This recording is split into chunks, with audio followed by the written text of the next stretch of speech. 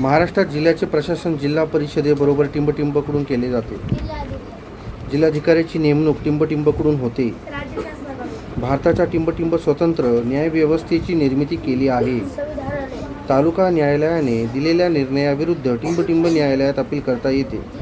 शेतसारा गोळा करणे हे टिंबटिंब महत्त्वाचे काम असते. जिल्हाधिकारी महानगरामध्ये शांतता व सुव्यवस्था राखण्याची जबाबदारी टिंबटिंबवर असते.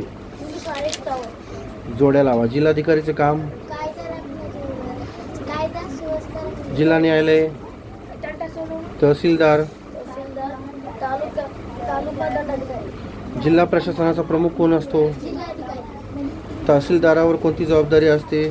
तालुक्यात शांतता व सुव्यवस्था राखण्याची न्यायव्यवस्थेच्या शिरोभागी कोणते न्यायालय असते? भारताचे सर्वोच्च न्यायालय कोणकोणत्या आपत्तीची पूर्वसूचना आपल्याला मिळू शकते? सुनामी, पूर, चक्रीवादळ, भूकंप, पुस्तक जिल्हा न्यायालयाचे प्रकार सांगा. जिल्हा दिवाणी न्यायालय फौजदारी खटल्यांसाठी जिल्हा सत्र न्यायालय महसूल न्यायालय. आपत्ती व्यवस्थापन म्हणजे काय?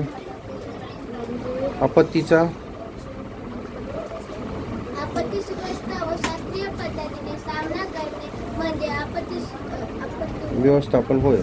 तहसीलदार कामे तहसीलदार हा तालुका तहसीलदार हा तालुका दंडाधिकारी असतो आणि तो तंट्याचा निवाडा करतो. त्याचा निवारण करतो. त्याचं काम तालुक्यात शांतता व सुव्यवस्था राखणे. ठीक आहे. आता